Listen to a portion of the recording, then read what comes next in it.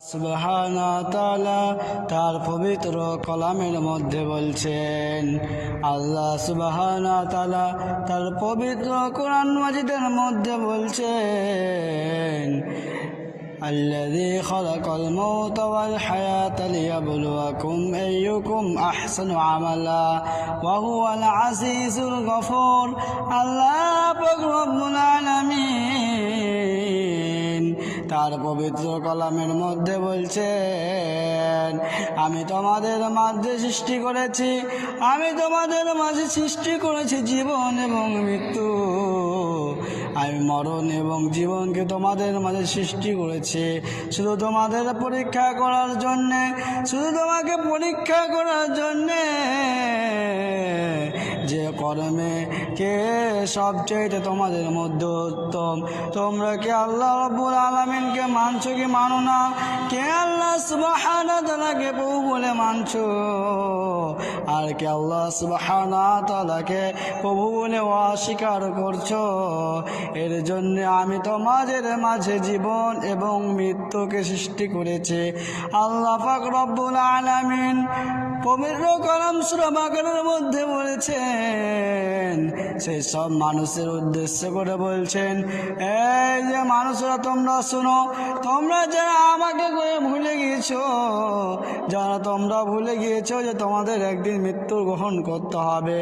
আমি তোমাদের মৃত্যু থেকে সৃষ্টি করেছি এবং আবার তোমাদের পুনরায় আমি মৃত্যু ঘটাবো এবং আবার তোমাদের জীবিত করব, তারপরে আমার সামনে উপস্থিত করব, তোমাকে আমার সামনে দাঁড়া করাবো। আল্লাহ সুবহানাহু ওয়া তাআলা সূরা আনকাবুতের মধ্যে বলছেন, কুল্লু নাফসিন যায়িকাতুল মউত। যার ভিতরে আত্মা রয়েছে, যার ভিতরে এই নাফসকে রয়েছে, একদিন না একদিন মৃত্যুর স্বাদ গ্রহণ করতে হবে। ভাই আমার, বন্ধুরে আমার, যার ভিতরে এই প্রাণ নামক জিনিসটা রয়েছে, যার ভিতরে রূহ নামক এই জিনিসটা রয়েছে, তাকে একদিন না একদিন মৃত্যুর স্বাদ গ্রহণ করতে হবে। তাহলে কিসের এত অহংকার বলো, কিসের এত ক্ষমতার দাপট তোমার? তুমি যদি আজ চোখ বুনো, তোমার প্রত্যেকটা ক্ষমতা তোমার কাছ থেকে চলে যাবে। সেদিন তোমাকে কেউ তোমাকে কখনো বাঁচাতে আসবে না, কেউ বলবে না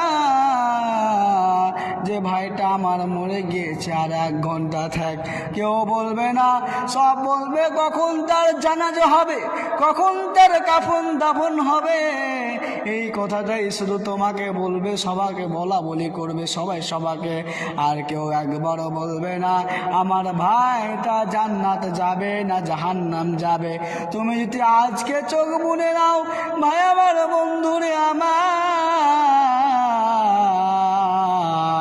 তুমি যদি আজকে তোমার 2টি চোখকে বন্ধ করে দাও, তুমি যদি আজকে তোমার 2টি চোখ বন্ধ হয়ে যায়, আজরাইল নামক মালাকুল মউত নামে যে ফেরেশতা তোমার রূহটাকে নিয়ে চলে যাওয়ার পরে তুমি তো অচল।